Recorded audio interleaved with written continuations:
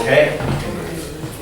Good afternoon. We're here today in the Yes Cafe in Edinburgh South with some of the members from Scots Asians for Indy. We're just going to have a chat this afternoon about the follow-on from the referendum and some of the issues ahead of the Westminster general election in May. So my name is Neil Hay. I'm the Edinburgh South candidate for the SNP. Without further ado, we'll just go around the table and have some introductions. My name is Sophia Hack. I'm a former campaigner for the Labour for Independence group founded by Alan Grogan. I'm also a member of the Labour Party as well.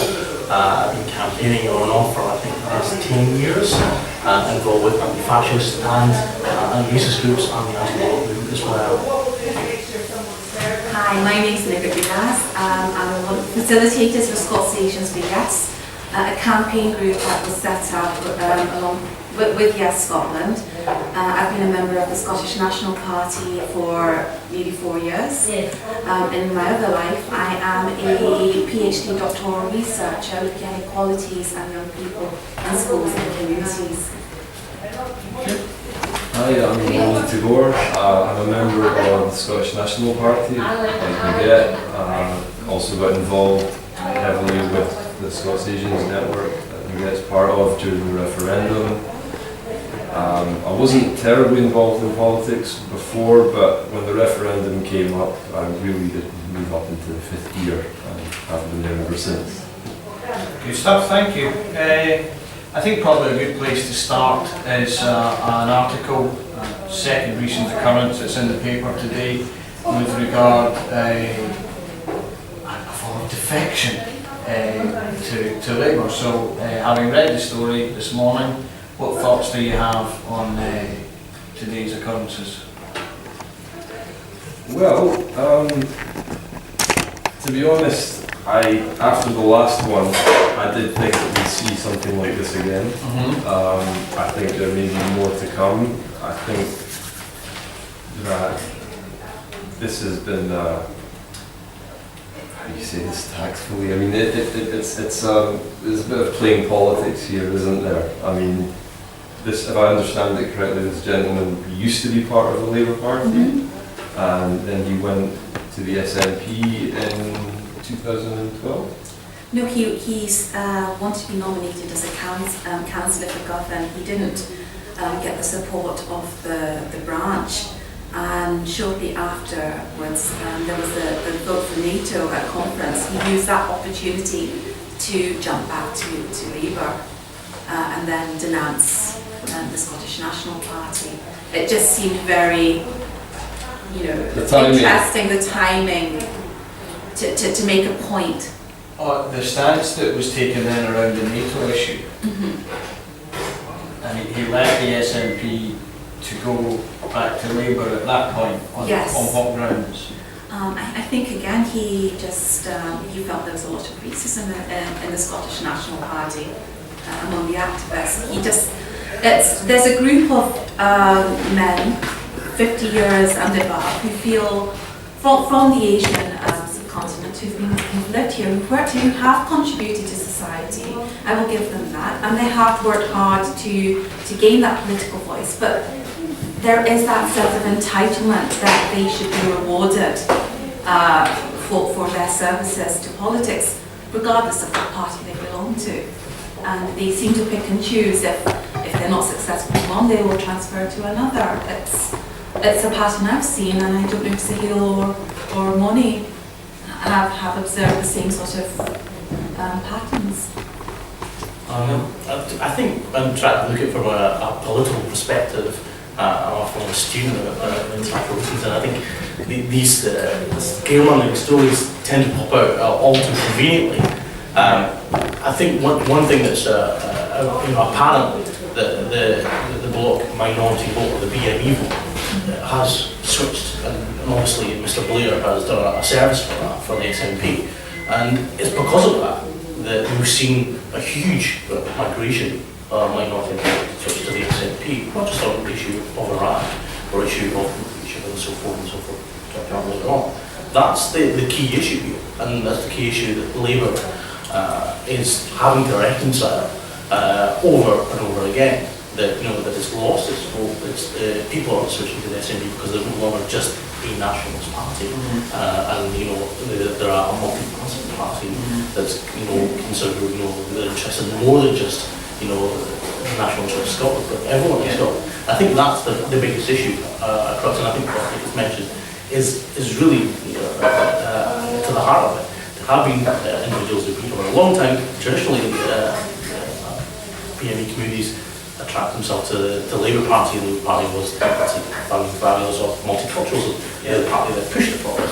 And so they've seen a leakage from that party, and over the decades, I'd say maybe starting with Neil Kinnock and then Mr Blair, you've seen that drift away. And now there's a reality that they can't get with one party, they want to go back to the Labour Party. And I think that's where it's bona fide opportunism, if you want to call it that. Yeah, obviously the individuals I don't personally know, but the explanation you're giving me there certainly sounds like career advancement, perhaps over. I think he made a Principle. Look, he made Mr. Shuaib in an article a couple of weeks ago. He said that when he was phoning up SNP members, that he felt that he received a lot of racism because they asked him to repeat his name several times. It could be that he wasn't communicating in a manner that other people could understand, rather than terming it as a discriminatory behaviour. So rather than jumping from to blaming everyone for him not getting that opportunity to represent that area, perhaps he should have used that time to figure out how he could have been communicating more effectively. That seems to make sense. I think we have to ask ourselves as SNP members if we're going to take lectures on racism from a party that recently just put out a mug with a rather distasteful slogan on the side. Was it controls on immigration? Yeah. I mean, that's something that you would expect from a far right party. That's the sort of thing I would expect from UKIP or the British National Party, not a supposed left of centre mainstream party that's welcoming immigrants. And the background to the mug was there's a series of mugs issued that were key principles, key policies, or is that the idea that was behind the Labour Party with the mug? Was that, From what I gather, I'm not being an SNP member, I'm not being a Labour Party member, which is for me. Key policies to highlight what Labour stands for, and economy and immigration being one of them, and to show that Labour isn't shy away from the issue. Putting it on a mug is pretty distasteful, to be quite frank. Yeah, it's also a slight shift. It was fairly widely accepted and established in the referendum that Scotland has a need for positive immigration into the country as well. So it's quite specifically not in Scotland's interest to pursue such a policy to that extent. And rather, I think we called it distasteful would be just about sum it up. I think it's actually quite frightening that Labour, which used to stand for the working class population, is now feeding into the anti-immigration sort of right rhetoric, and also the far-right politics that are being deployed by UKIP. Is that a reflection of society? Is this a reflection of how media want to portray the working class and turn them against the immigrants or the incomers into this country who have contributed to society, which has been evidenced? I've obviously done so many doors in this campaign speaking to people, and I can genuinely say not once has a question or a point being raised that we think we have too many foreigners, we think we have too many people coming into the country. Not once. In parlance, maybe in a cafe or something like that, somebody will say their nephew can't get a job because everybody in that place is Polish or something like that. But then when you actually get that conversation, that's not predominantly the issue, that's just somebody's got something to say. Unsubstantiated really, I suspect some of this is the same. Yeah, I mean, I think what we have to remember about immigrants is that just as many, I think it's almost just as many Scottish people leave the country every year. So we need a certain level of immigration into Scotland. It's vital for the economy. Well, there's two bits again in the information that we looked at when we were promoting last year. It was positive immigration takes in both those elements. It's about creating a society and creating jobs and opportunity and availability where not so many young people have to leave to pursue what they want to do. That in itself creates positive immigration. The same amount of people can be coming, but if less people are leaving because we have the opportunities here. That's part and parcel of it. We kind of see it as an ad campaign to present immigration as a positive factor, and it's led by people in Scotland. The campaign to put immigration on a month isn't aimed at people in Scotland.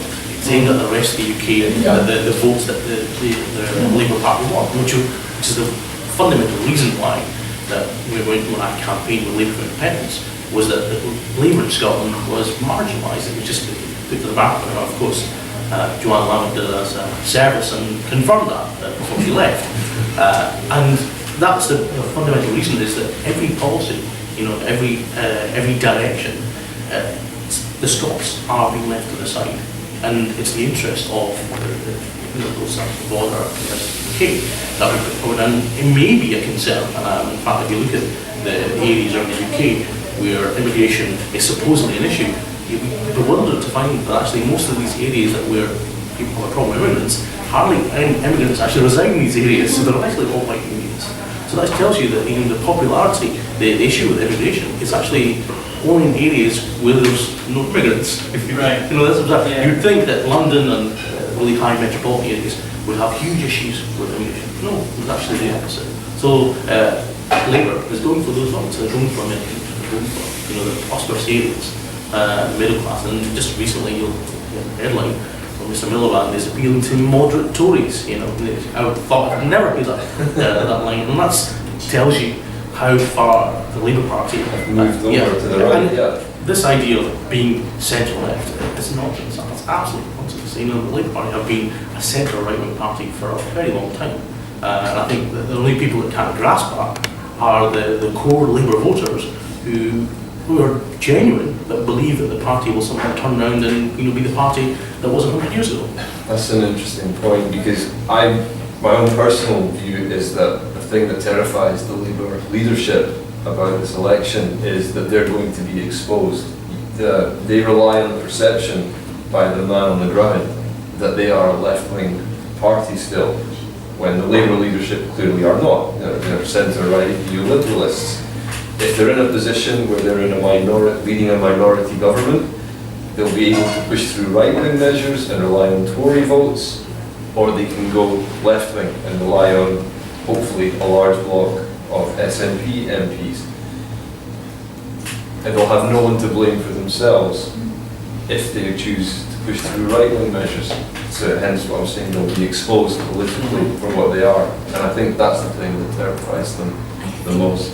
I agree with that. I also, bringing it back to the Scottish context and even back to Glasgow, campaigning during the referendum, the last 10 days when the Better Together campaign realised that we had a real chance of winning the referendum, they brought in a cohort of the ethnic minority Asian, the Asian Better Together Labour lot, and they went from door to door, from shop to shop, intimidating and bullying the shop owners, the housewives, and telling them that their passports would be taken off them, they would be stuck on a plane and sent back home if they voted yes. Even though this is their home. This is their home.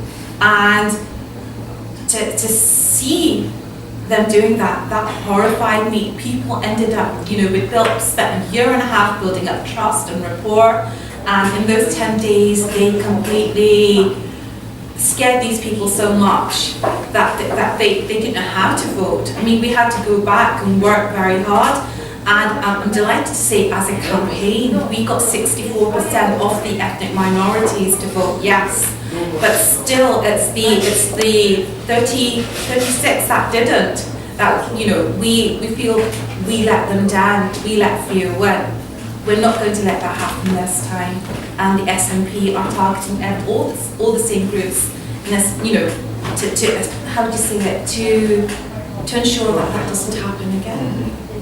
Yeah, I had a similar story to Niguet's towards the last week of the referendum. Certain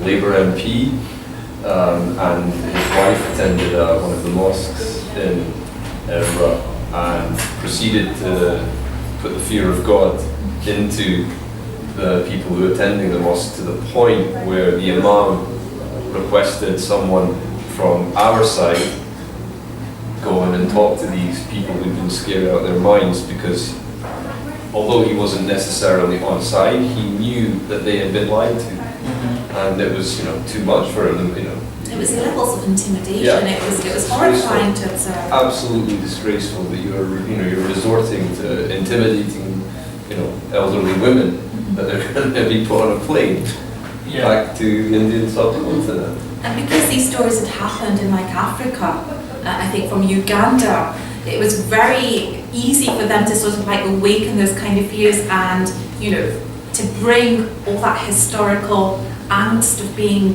you know, removed from one country and having to make their home somewhere else again. Yeah. There was no need for that. The Labour Party is supposed to be the party that encourages multiculturalism, encourages diversity. Yeah. That is the reason for the ethnic minority shift. They've seen firsthand that the Labour Party just stands for itself. It doesn't care about anybody, not the working class, not the ethnic minorities that come here. It's just about them getting into power and then doing what they like for if it's 5 years or 10 years. Mindset has changed now. Okay.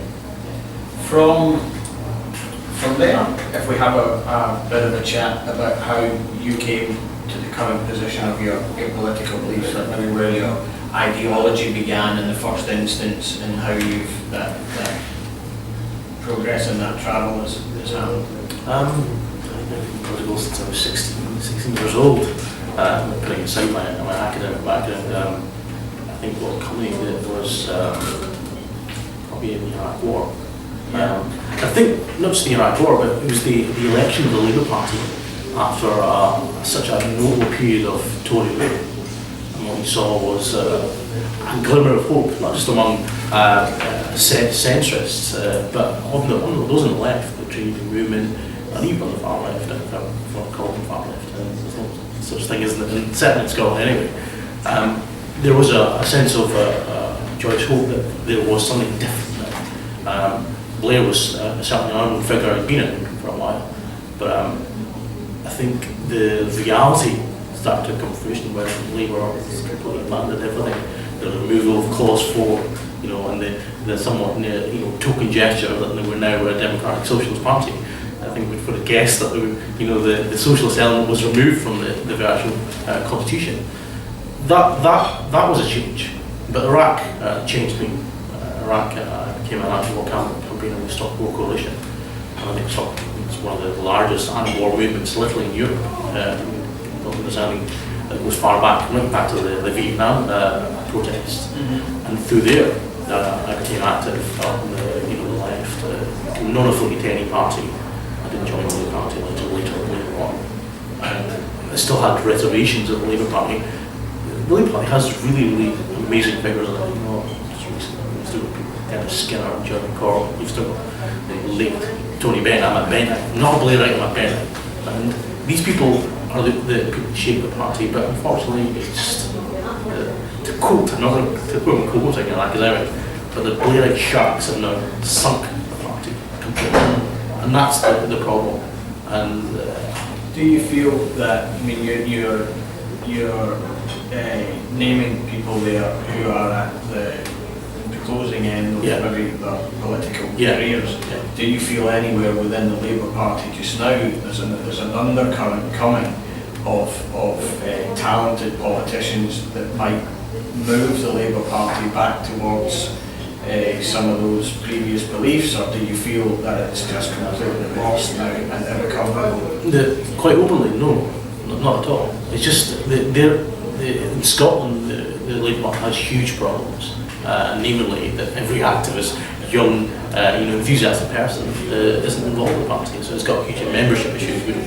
That's a common knowledge. South of the border, the ethos is the Blair ethos. It isn't the ethos of Skinner or Ben, that or Michael Foot.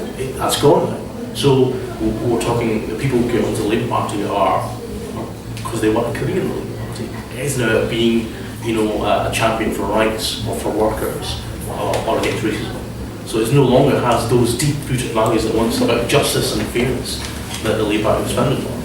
So when you're speaking about the volunteers the Labour Party have just now, I think you said there that they wouldn't be within the membership of the Labour Party, so when we come to campaign time and there are the folk out on the doors doing some of the grass work for Labour, where are those people coming from? No, the Labour Party members, it just doesn't have the members that the membership total. Yeah, it's literally been decimated in Scotland. Right. So it doesn't have that young, vibrant, youth that's needed to, generate ideas and figure out this and tradition. You look at the radical independence campaign; it's come out of nowhere, and it's literally like a mountain with flowers coming out of it. Yeah. These are the people that ideally would have been in the Labour Party. They are 30 years, 34 years ago, exactly. they would have been, yeah. They would have been the foot soldiers of today's the generals of the Labour Party, but because the Labour Party is taking a different trajectory, these people are taking their mantras from the Labour Party and set up their own job. So that's the problem, is that they've disassociated, they've cut off their own existence. It's like, I think they say that the Labour Party is facing an existential threat in Scotland, where it's going to be completely obliterated. And it's quite sad because it's founded in Scotland. It has deep roots within Scotland. Yeah. I'm Labour in a sense, not tribally. I think that's my values. So whether I'm in the party or not, I believe that my values are international. They can be adopted by anybody. I read a Labour card tell me I'm a Labour person. And I think this was the issue. The Labour Party have become a party of identity and cards, and they left values to the wayside. Nia, how did you get to here? I joined the SNP 4 years ago. My story is very, very different from others. I was awarded a PhD studentship, and during one of my first meetings with my supervisors, he asked me what my political background was, and I quite openly said I don't believe in politics. They always, it's always about their agendas. It's not about people on the ground. But he insisted I go and started a demonstration, learn more about what my ideology was, where I came from. And previously to that, I was a businesswoman, working with my husband in sort of like restaurants and commodities and trading, etc. So I lived in my little bubble, had my children, they grew up, and when I went back into education, it was a very different world that opened up to me. When I did start looking at politics, I looked at all the ideologies, and the one that fitted was the SNP.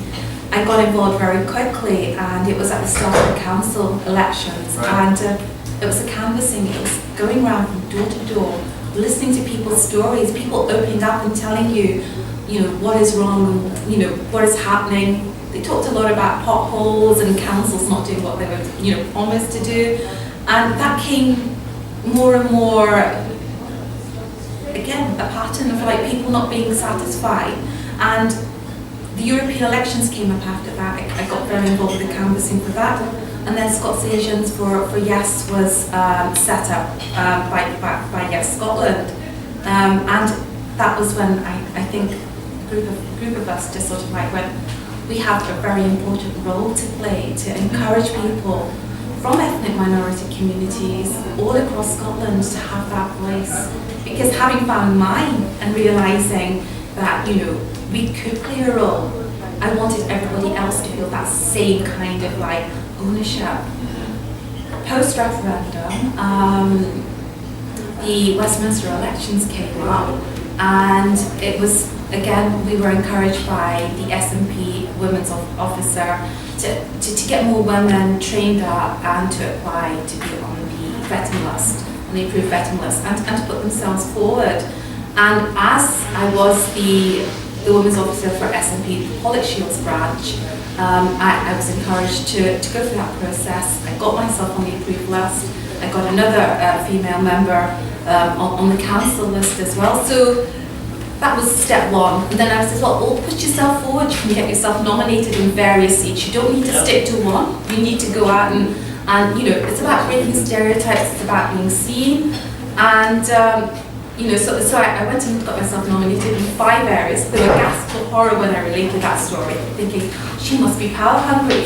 No, that was not the point. The point was, it was about breaking down stereotypes. Yeah. Because the kind of Asians that had been promoted in the SNP to that date were the Asian men like Mr. Mohammed Shoaib and Mr. Abdul Bhatti, that actually couldn't, that did have communication problems, and I wanted to say, no, we have, you know, we have people like Anwar, who's a lawyer, we have people like Tony Takor, who has a financial background, you know, but it was getting these people to come forward and to encourage them that I went and stood in various places, like, if I can stand, what's stopping other people, you know, and sharing this journey like I'm doing with you today.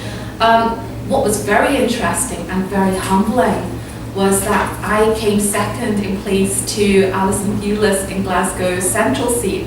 And I find it incredibly amusing that, you know, in the papers have continuously said that Alison was, you know, Mr. Shoaib was picked to the seat by Alison Hewlett. He was way down that list. There were 7 or 8 of us that stood, and I would like to say he was number 6. Right. Yes. That's not quite picked. Not quite picked at all. So I mean, it's really, these kind of stories need to be nipped in the bud. Yeah. The reality should be out there. But you know, my only one concern is make it more transparent, so people can't use these opportunities to create myths of racism or discrimination. You know, so we can deal with it right there at the point of origin. Yeah. So I absolutely love my journey, and hopefully, you know, now that I know how the process works, I might go for Holyrood. Right. Yeah. Well, I have a funny feeling that journey might not be at a close yet, so I wouldn't be surprised. Thank you. Molly? Yeah, like Nigel, I didn't have any politics until I was about 22, and I'm not entirely sure what happened, but I just started taking an interest. I started buying books, educating myself, and finding I was enjoying reading about the world and what goes on and how it's run. And similar to Sahel, when the Iraq War happened, you know, just instinct, if nothing else, told me, no, this is wrong. You know, this is a step too far. You know, this was, it was just horrible. You know, it was disgraceful, and it's Blair's legacy now, isn't it? And from there, I just delved further and further into it, and I realised what I was against, the neoliberalism that we were rising around us, but I still hadn't figured out what I was for. Yeah. And so, I started researching more and more, and I realised that I would probably be classed as a social democrat. You know, and I was a fan of the Scandinavian Norwegian model of doing things, and it seemed to me that this made sense. It worked. It works really well. I'm rather embarrassed to admit I voted Liberal Democrat when I was 23, purely on their opposition to the Iraq War. But well, that's harsh on yourself, because back then, you know, the Liberal Democrat Party wasn't what we've seen it become in the last 5 years. yes, that's You maybe need to beat yourself up quite so much. yeah. Well, thank you for that. Yeah. I think when I was 25, I realised I was what would be termed as a Scottish nationalist, and I just liked what I was hearing from the party. I mean, you know, they consistently defended immigration, they seemed to say the right things on public services, healthcare, how the country should be run, and crucially, I wasn't hearing a sensible explanation why Scotland couldn't be independent. You know, and the more I looked, it just seemed to be the right thing to do, you know, when you actually delved into the facts and figures. And yeah, so from that point on, I was voting for the SNP, and like about 4 or 5 years ago, I took the step of joining the party. And when the referendum happened, I realised that it was time to get up off the couch and start campaigning. And yeah, I've had a really enjoyable time. I don't think I'll ever go back to just being content sitting on the couch. So that was my journey. Good stuff. It's actually one of my happiest things from the referendum is that I got you into this. Yes, you did. I kind of feel like a responsibility there. So the fact that you're engaged and you love it and you still want to pursue that makes me feel a wee bit better than I did. Yes, I think between you and the guests, I'll give you that push. Good stuff. Good stuff. So why you've all moved to one extent or another in political beliefs and affiliations with parties. Why do you think we're seeing so many people who have traditionally voted elsewhere now vote in SNP? Well, I mean, you know, we've discussed the fact that there's been a lot of nonsense written over the past few weeks about the party, and I don't think any of us doubt that there's going to be more to come as the London media get more shrill and hysterical in their attacks on us. The facts are this, is that the SNP hold records when it comes to engaging ethnic minorities. You know, Bashar Ahmed was the first ethnic minority MSP for the SNP. Hamza Yusuf is the first ethnic minority to hold a government ministerial post in the Scottish government. He's SNP. And Tasmina is a friend It's of looking me. it's looking very, very hopeful that she will be elected as the first SNP female Asian Muslim candidate for Perth and Uncle, and you know, we're really, really delighted that we will have that, and it's happened from the SNP. You know? You know, this ties in with what I said earlier about, you know, as a young man, you know, wasn't tied to any party, wasn't brought up with politics, you know, looking at it objectively, you know, it seemed that this party was saying sensible things when it came to ethnic minorities and engaging with them really well. I've just been made to feel so welcome, and I think the fact is that the type of nationalism that it is, it's a civic nationalism. It's not an ethnic nationalism, it's a civic nationalism. And that's important. I was going to add to that. I mean, there will always be elements within any grouping of undesirables. But in the SNP, that is a very, very tiny majority. And, you know, again, like Moni, I've been welcomed with open arms. I've been encouraged, pushed forward. And, you know, if I didn't have that encouragement, I wouldn't be sitting here today talking to you so frankly. They've talked about soundbites like the SNP is a social conscience. That relates. That means a lot to me, and I totally agree. This SNP is now speaking for the people that Labour and other political parties have abandoned. The working class that hasn't been acknowledged for decades, but just been used as part of the propaganda. With with campaigns like Radical Independence, they have helped move them forward. And the next step has been post-referendum, when that segment then went on to join the SNP as the alternative to Labour. And look at our, we mentioned the mugs of Labour, the controls on immigration mugs. I mean, you know, also should point out, to be balanced, the Tories with their vans that they were driving around London, you know, with the message on the side, "Go home." You know, again, the language of the far right. Which shows that they are becoming a far more discriminatory party than they blame others of being. I mean, the same with the Conservatives. It's like, you know, they're the ones that are spouting this kind of like discriminatory language. They're pathologising the working class. They're pathologising the ethnic minorities that come here, that work here, that contribute. You know, we are the backbone of society. You know, take away the doctors, the accountants, the lawyers, you know, the shopkeepers.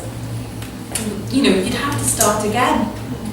So Hale, in your journey, obviously, from being a Labour person as opposed to necessarily carrying a car, how do you feel, and what do you feel the reasons fundamentally are for the movement? Do you know what, I'm going to cite you an actual example. I remember when I joined the Yes campaign, I was out campaigning in Dundee, back to the park, and I came across a family, it's a Muslim family, and they were of English descent, and the conversation I had was really, really enlightening. First, they were quite horrified when I was campaigning for a nationalist entity. This is nationalism. And when I started to put forward, I mean, I wasn't going to represent the SNP, I was actually, of social background, and laid out why Scotland, an independent Scotland, tried and free, away from the hawkish foreign policy and a more, I'd say, multilateral foreign policy. They couldn't comprehend that because that wasn't the image that was sold to them of nationalist parties. When you mentioned the word nationalist, they always thought of, the BNP, the EDL, the idea of somehow a party linked with race and identity with national politics. And I made it quite clear that, the independent Scotland wasn't about that, and as Maurice mentioned about civic nationalism, everyone working together. If I can use the word solidarity, I think that's probably another way of looking at it. And I think she went away, although she was there visiting, she wasn't a voter, pity, because I think I probably got a yes voter there. It's this image that's been used to portray anyone that may want to call himself a patriot or a nationalist as a bogeyman. And that's changed among minorities. Minorities no longer see the word nationalist as a dirty word. And that's went through a change over the last decade. And that's why you've seen a movement. But I also see that the actions, and I have to give credit to the SNP and it's on film as well. It's the actions of the SNP. The SNP were the only party to condemn Israel for its horrendous bombings and offered Palestinians respite to come over and get treated. No other party, not even the Labour Party, we wouldn't expect that from the Tories, but we know that anyway, but nobody else apart from the SNP vocally condemned the Iraq War along with parties like Sinn Féin, the Green Party. And it's against monstrous weapons of mass destruction, which, when you think about it, in the hypocritical political culture we have, we can go around the world and point fingers at our nations, and yet we have them. It's actions and deeds that define the SNP, that it's a party willing to, live up to its name. And I think minorities start thinking, well, you know what, they're not the way they're portrayed as this, great giant coming down from hell, to destroy us. And that image has now eroded completely. I think that's the biggest change in Dundee. Dundee's got, I think, like most areas, there's a lot of tribalism within ethnic communities. But most of the young minority ethnic, and irrespective of their Hindu or Sikh or something, would come and say, oh yeah, SNP. Because they can identify with this progressive, vibrant movement. They can't identify with the Conservatives. I mean, what they can, I think you have to be over 50 usually, and that's the usual, average age of the Tory party voter. So, and Labour Party. Sorry? I've been told it's 60. Is it? Right, okay, so I'll have to push that up. And the Labour Party, well, the problem is that it's more or less evaporated in Scotland. So when we see Mr Miliband, as we did the leaders debate, we can't connect with that.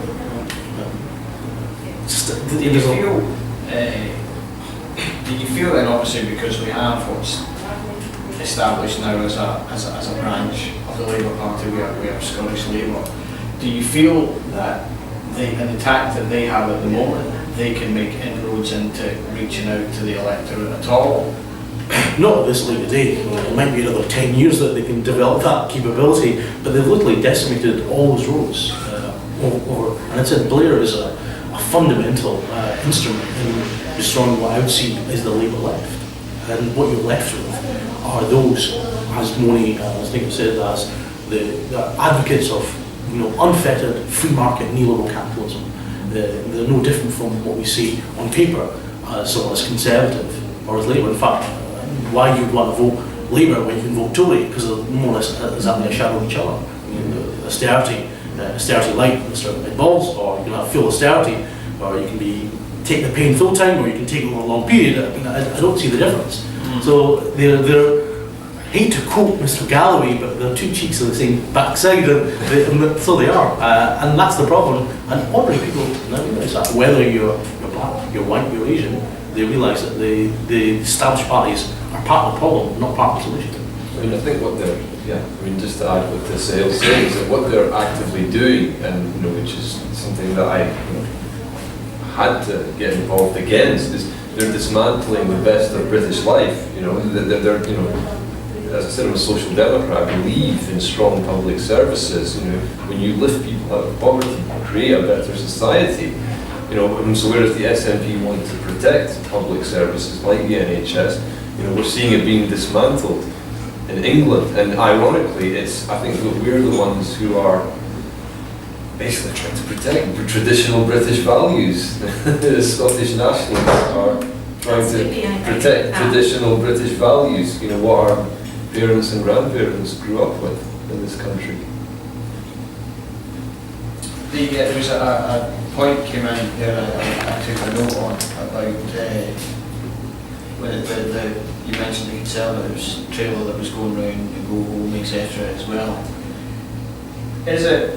Do you feel that Labour have moved so far that they can actually genuinely compete down the south for the UKIP vote? Traditionally, when you come to the nearer polling day, the smaller, more minority parties, etc., might see their vote tail off. Do you think that's realistic, that UKIP vote that Labour have as good a shout at pulling some of that UKIP vote as the Tories? I don't know. I don't think that Labour, personally, are aiming for the UKIP vote. We know that UKIP have essentially absorbed the BNP membership, and that's it.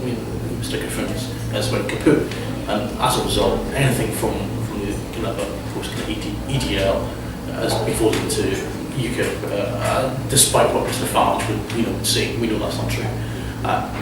Labour's not really going for that vote at all. What it's going for is the kind of the upper middle class that could vote Tory, that could vote Liberal, and could vote Labour as well.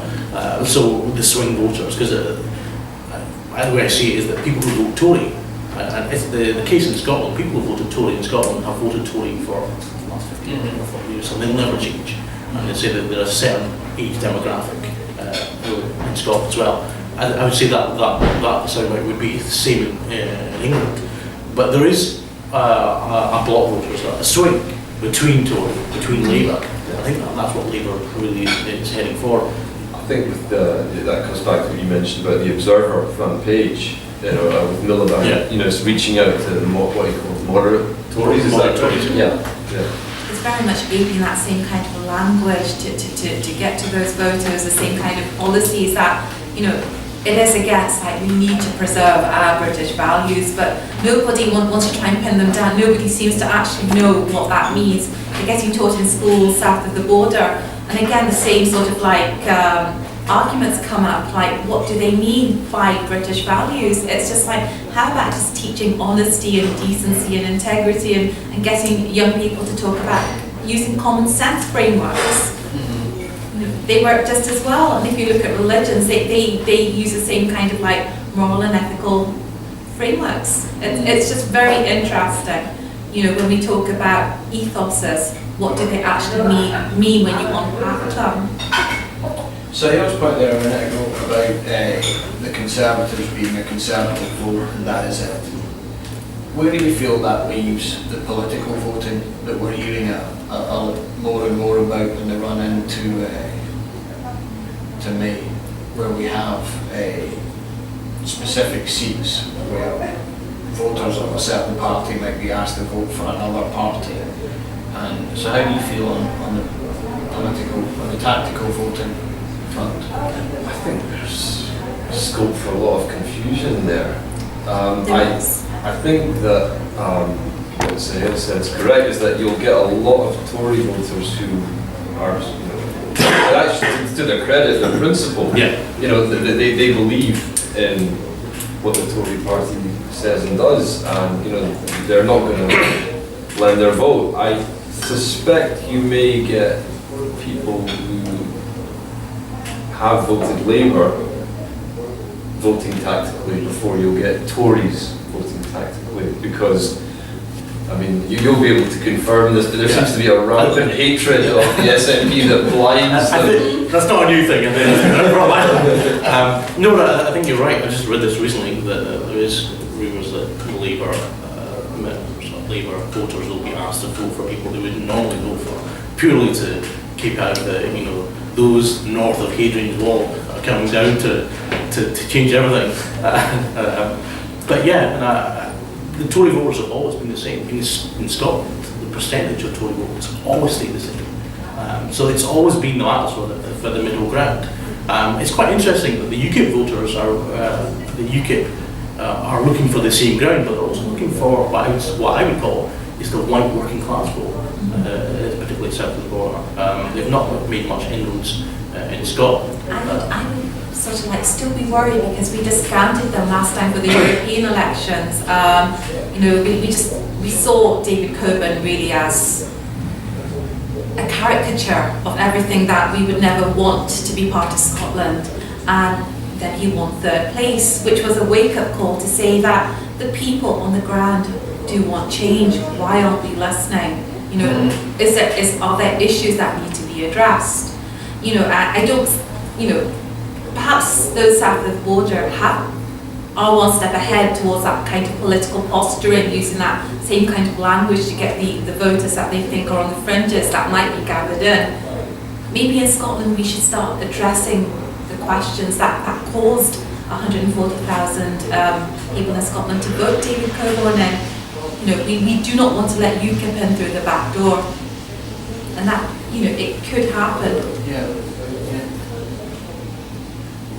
Okay. Do you feel specific with a view to the sort of ethnic minorities in politics? Do you feel the SNP have specifically set policy and tact to be more inclusive, or do you feel that it's a natural progression as a party dealing with societal issues that is then encapsulated and brought people together? The second. Yeah, I would say I was going to say definitely the second. With such an influx of new members, 75,000 new members, there has to be change, and it has to be progressive. And having a First Minister who is left-wing leaning, I think this naturally and organically just takes us down the route of being inclusive of all the people of Scotland, taking everyone's voice on board. And with the way that she has said repeatedly, when doing on a Thursday morning doing questions, it's like, if there are issues, come to me, we'll speak about them, and let's see what we can do to address the problems that are happening around us. I think that is an amazing sort of reaching out of the olive branch. It's just I want to do business with somebody like that, and we should learn lessons from that. Okay. Not much to add to that. I think you hit it on the nail on the head there. Yeah. Do you think the referendums played a huge part in bringing people together from all walks of life, that you found that you've never had a common interest with, and you finally found a couple of months later that you're actually best buddies? I think this is a good example here. Yeah. You're from Dundee. Yeah. I live in Edinburgh. Nicolette lives in Glasgow. If it wasn't for the referendum, none of us would have met. And my social circle is basically based around political activities now. Everyone I call up for a beer seems to be people I've met over the referendum. I was talking to a journalist last night actually about this from London about it. He can't believe what's the culture up here. The fact that, you know, people are politically awake, you know, that we're not just accepting everything we're told now. You know, as soon as something like one of these silly stories comes out in the media, people will get on their phone and start researching it. You know, that critical thinking has come back, which is, I think, is a bit of a problem for the Westminster elite. They don't like that. Yeah. We're not supposed to think. Some other more specific, and we'll go back to a general idea and how we hope things will transpire. There's a lot of stuff at the moment being asked, if I'm honest, more so in hustings than necessarily on the door, regarding the issue of TTIP. So within TTIP, what are your feelings on this proposal as the limited bit that we know of it so far, and the implications that it might have for Scotland and where we should stand on it? Well, I mean, I absolutely agree that public services need to be protected from it. I mean, there may be a case for this trade deal.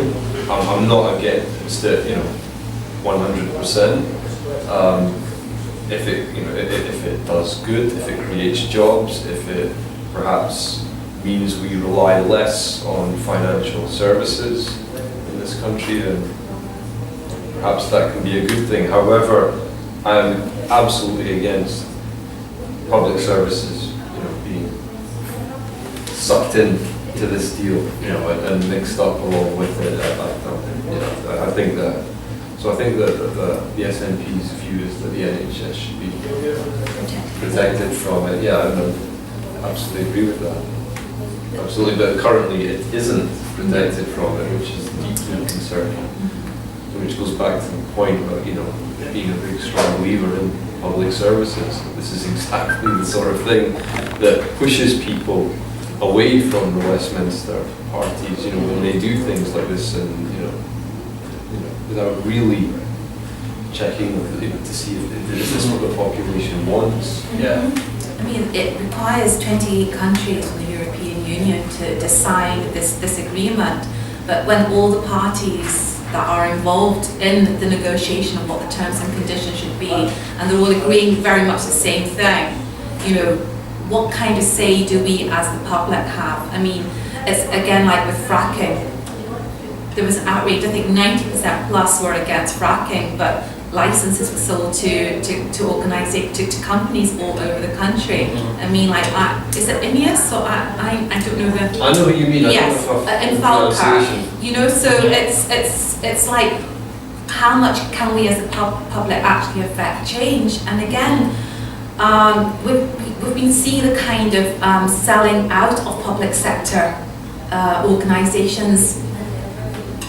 I would say it started in Labour's administration when they started selling contracts to private companies as sweeteners for funding, etc., for the NHS. We've seen that happen, and the Tories have just taken that further down the road. So again, you know, everything that we're concerned about in this trade agreement is already happening. It's just about putting that rubber stamp on it and making it legal and saying, oh, we're all in agreement about it. You know, but we seem to forget that. It's, you know, like in the welfare organisation, all these contracts to deliver programmes, they've been changed. Like during the Labour administration, it was called the Flexible New Deal. The whole programme was remodelled. Again, a continuation of what Labour had put in place, something called the work programme. And then the way it was just, you know, put down the supply chain, that was horrifying. Everybody took a cut. Every organisation took a cut of that. And these organisations are running across the world. What are all these main ones that do these health? I know all these names. I've done research on it. My mind has gone blank. G4 is one, and they do security. They do all this kind. It's just like these organisations are already in there, taking their cut of the pie, and people are left with like these exploitative zero-hour contracts, which are a fault, a direct fault, if you take it back to what Labour put in place during their administration. Do you mean like the associated work programme, like A4E and Ingeus and these Yes, companies? all these type of organisations. It's just like, these are organisations that operate all over the world. They are not just, they're not a UK organisation or Scottish. It's just like, that is how TTIP has already crept into British society, into Scottish society. When we talk about accountability, it's already so embedded. Where do we start? You know, clawing back what should be public sector jobs when they've already been outsourced as 0-hour contracts. But that is what's caused all our problems today, and people don't have job security. It's a result of everything that's happened. I think following up from what you said, and Moni, it's, I think you're right. Not only is it just a continuation of what's it before, I think it's a rebranding of it. We call it privatisation, the Tories called it deregulation, and now it's called something else. I think it's to take that stigma away from what people, ordinary working people see is the sell-off of public services. The NHS is one of the largest employers in Scotland. Largest employer at Dundee, and what you're seeing is that what you're having before, it's just another way to rebrand it, to sell off, another way to put it through, and it's happening throughout Europe, the Liberal project to sell off parts of it. So yeah, I'm opposed to it. I don't know if it will bring any benefits whatsoever. I don't have an issue if private contractors are brought in, if the NHS is able to manage, but on a temporary basis. I'm completely opposed to it. You know, completely being sold off and then in the hands of a private company that works to a profit. But TTP is just what's happening before, started way back in '79, continued under various Labour governments, and now what we see now is the combination of that. It's happening in Europe, it's coming across the pond, you know, post-Reagan, and it's still continuing as we see. And the problem is that it's an ideological one. It's deeply rooted in conservative culture, is that we're here to finish the job, and the job is that we need to get rid of every public sector job. So it's in the hands of the very few, and that's it. And what you said is the crux of it is that job security is being taken from people who have controlled these jobs, who are in charge, through trade unions, through government sectors, and being put hands into boardrooms, into a minority few who will decide what they get paid. You know, if they get hired, and that's it. And that's the key problem, and it's just another factor. It's deregulation or business as usual, as the way I see it. And the funny thing is, you described it as being deeply ideological. I could not agree more. I mean, especially when it comes to the NHS. I mean, there is a mountain of information and research. I think Alison Pollock, in particular, has done a lot of research on this, and since the PFI project, the projects of Blair came in the mid-90s, late 90s, we now spend more as a percentage of our GDP on healthcare than when it was 100% public. I mean, there's so much information out there that just proves that privatization has been a failure for healthcare, but it's because it's been pushed by this neoliberal ideology. Yeah. I mean, there are other routes there. The Scottish Government now runs the NPD, the not-for-profit development project that was taken us away from the PFI. But we're on TTIP, I think we're actually only just still scratching the surface here. There's so much underneath, and there's a big focus on the NHS and the protection thereof. But I mean, there are other measures in there where there's just no clarity on to do with food legislation, sustainability and production, and there's big fears on workers' rights as well, because you're trying to standardise something, and where is it going to start from? Is it going to start from the worst point position that becomes the acceptable, or does everybody to suddenly aspire to what would be regarded as the highest point? And there are, for those who actively are campaigning completely against it, I mean, their findings are that there are some absolutely horrendous job loss possibilities out of it as well. So corporations being able to sue governments Yeah. if their profits are threatened. I mean, Yeah, the that's Philips case in preposterous. Malaysia, yeah, That's a big one. absolutely preposterous. I mean, Yeah, and I think what really scares me is the relaxing of food regulations. I think Neil mentioned that just a second ago. It's just like, what will actually be put in our foods? You know, when we look at the preservatives, the chemicals, how will that food be farmed, and what will it actually be edible when it comes to the point of for us to eat it? It's these kind of concerns that worry me, because it's creeping in at every single level. It's just not something that's out there. It affects the way we live, the way we shop, and the way we use our services. Please, as a primary user, we need to take more responsibility. Adding on to that, it's just like we've just passed through legislation of having free school meals for children from primary 1 to primary 3 in Scotland. This was introduced last year by the Liberal Democrats as part of the coalition in England. But what has been found, and it's being silenced, is that there is an element that the food is so over-processed that you could actually be serving them a McDonald's meal due to the nutritional quality of that food. So, you know, again, the profit margin has come into play, that, you know, where money can be saved, the best quality of food is not being served to the very population of children that they went in to make life better for. There's a lot of questions being opened up. I mean, I would like to think that we don't have catering organisations that will get contract for the children's in our Scottish schools. It's an opportunity for us to have social enterprises, get mothers together, group them together, and get them cooking and creating their own networks. You know, I don't want to go down the way of the rest of the UK.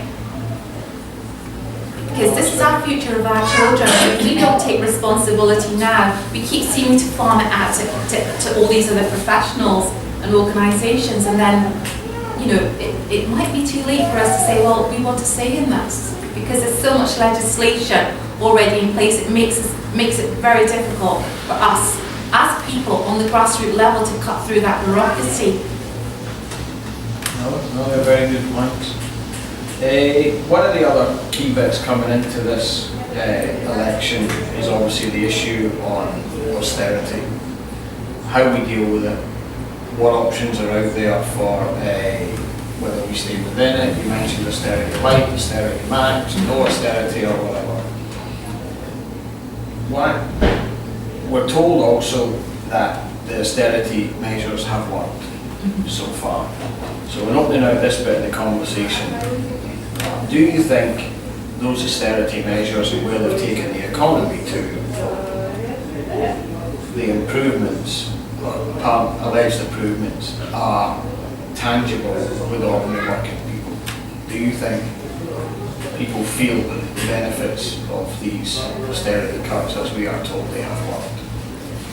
Molly and I had this discussion just before you arrived, Neil, and we were both of the same thinking that if it's worked, it's not worked for the working class, it's probably worked for the corporations and everybody else that have increased their profits. But for the working class people, when we see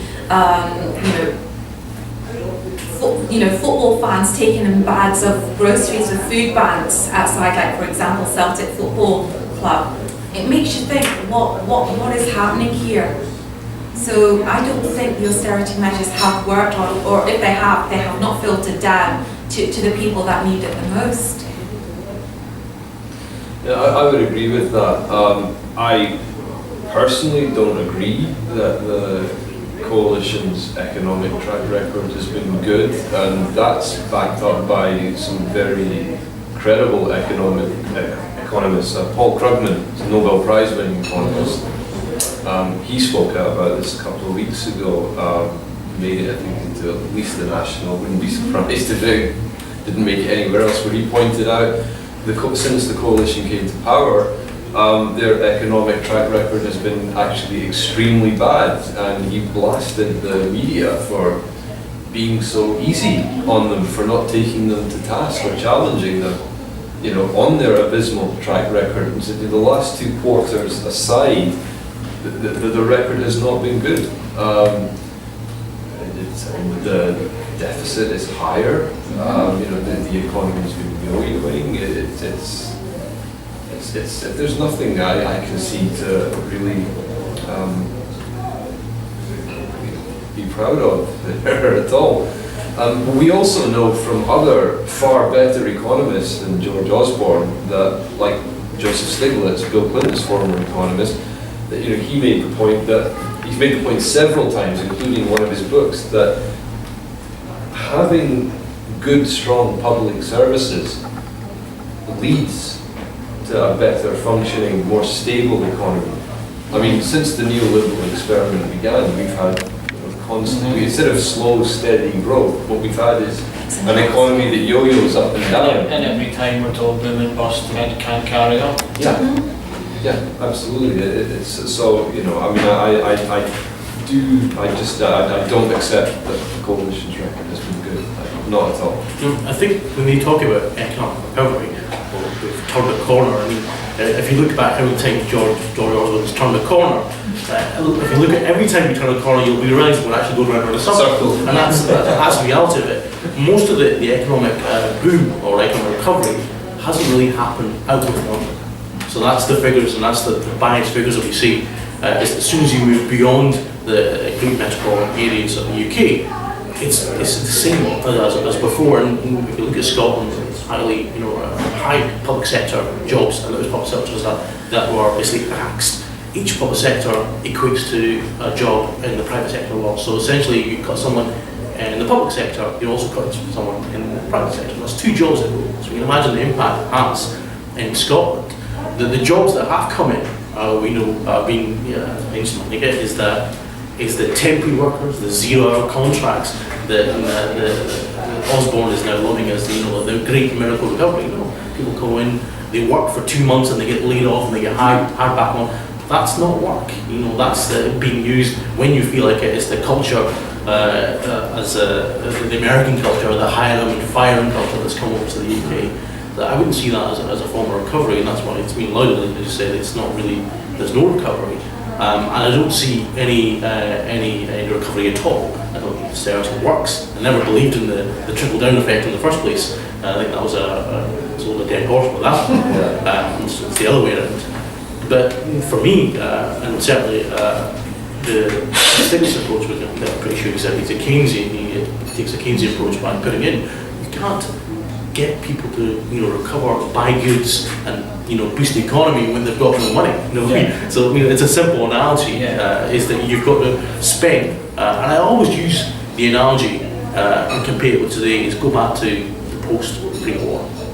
You're talking a Britain that's literally decimated. Millions of British servicemen are dead. You've got Britain has literally been destroyed. Parts of London, parts of England, parts of Scotland, by Nazi bombardment. And what do you see a Labour government under Attlee?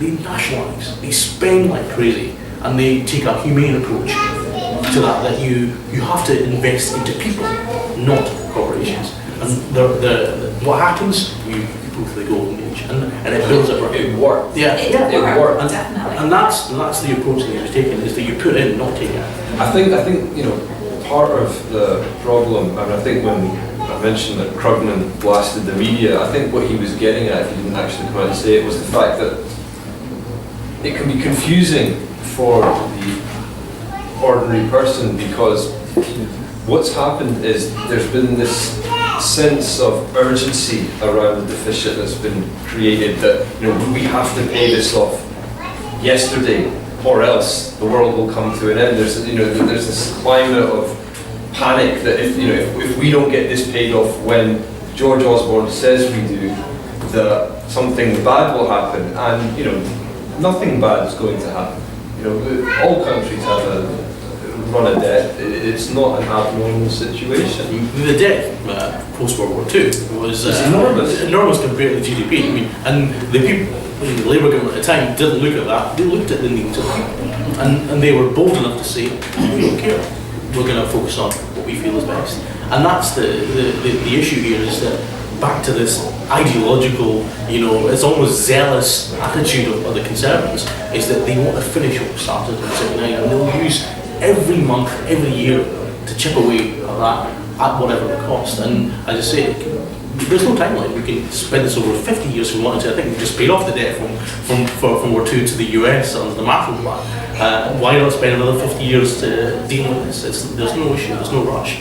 Because I think the long-term approach builds up communities and it encourages, I think, a sense of confidence. I don't personally see the austerity working at all. And in fact, I think it's going to cause more resentment.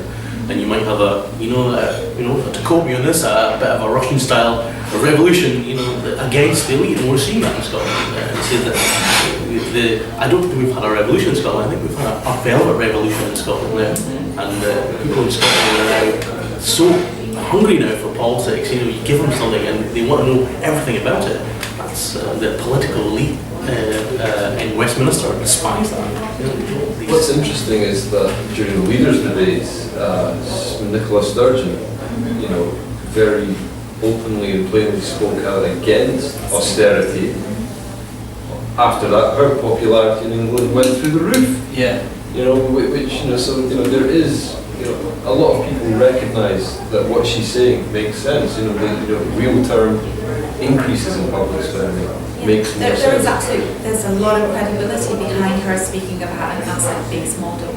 We can, like Sir Hills just said, that we can carry on paying off our debts, but at a slower rate.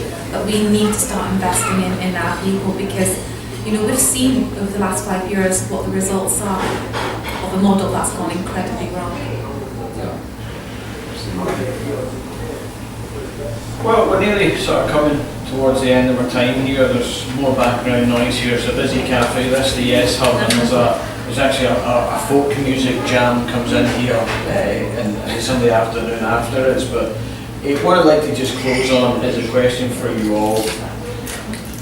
What do you hope for Scotland from the outcome of this election? Well, as an SNP member, I want us to take as many seats as possible. Will that happen? I don't know, but if we can get as many as possible, then we'll have a voice at the Parliament that we were told that by the Unionists they wanted us to be a part of. So hopefully, the overall aim being that we can do better by the people of Scotland. I concur exactly with Moni. I can't wait for us to get as many seats as possible. I want to do exactly the same thing that the Unionists did when they marched 100 MPs down the middle of Glasgow's Sauchiehall Street. I want to do the same as we walk into Westminster. All 59 seats if possible. Thank you very much. I think for me, being the non-SNP member here, for me it's that quote Tommy Sheridan. I think I'm going to vote with my head and I'll vote with my heart next time around. I think it's a rational vote, and anyone who isn't of any other political persuasion needs to look at this vote as a way of extending our interest into Westminster. We've been lied to, we've been completely led astray with the vote. We've got nothing.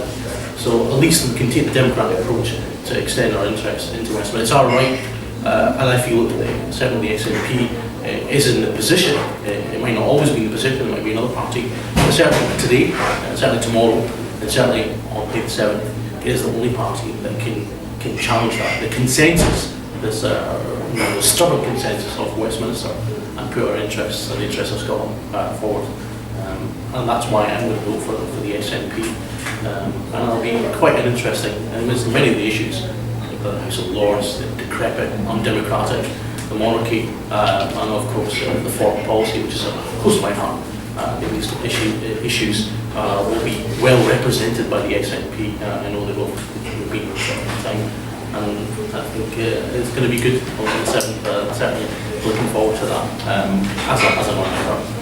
Also, there's been just such a paucity of positive vision from Unionists. Every time one of them opens their mouth, it's just to slag off.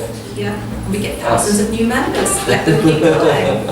I think also that it's just so important that we all have a voice in saying this, and it's just like the press's reaction to the SNP is just like the total fear. I'm loving it, because I'm just thinking, to have a leader, being described as the most dangerous woman in the UK, it's just like, amazing. Why are we thinking in such a way? We're bringing about a positive change. Where is the fear coming from? I mean, what is so wrong with wanting a vision of hope to do things differently? The SNP have set forth unleashed other progressive parties to go forward. I don't think the SNP will be the only ones to galvanise what's happening. I think Natalie Bennett and the Andrews are going to be training that as well. So I think you're going to be more than a handful of MPs, and there are going to be a lot of MPs in Westminster, and it won't be just the fringes of the Labour Party that all be confined to the backbenches. They'll now able to shout boo at the Conservatives and the Liberals. I think there'll be a lot more people shouting boo now. Yeah. Well, one thing that I do hope is that this does inspire Wales to get behind Plaid Cymru a bit more, because Leanne's been fantastic. Yeah, absolutely. A brilliant role model on so many different levels, but especially for women, gender equality. So. Absolutely. Okay, folks, thank you very much. I can genuinely say I've thoroughly enjoyed this, and I'd like to commit and say I'll come back and do it again ahead of Holyrood next year. If not before, thank you very much. Thank you for having us. Thank you all. Questions, Jeff? No, the audience at home just thoroughly enjoyed it. Just wanted to listen. And we're off now. Well done, everyone. Thank you all very It's much. quite hard to talk that length of time. Well, again, I'll come back to putting together the question.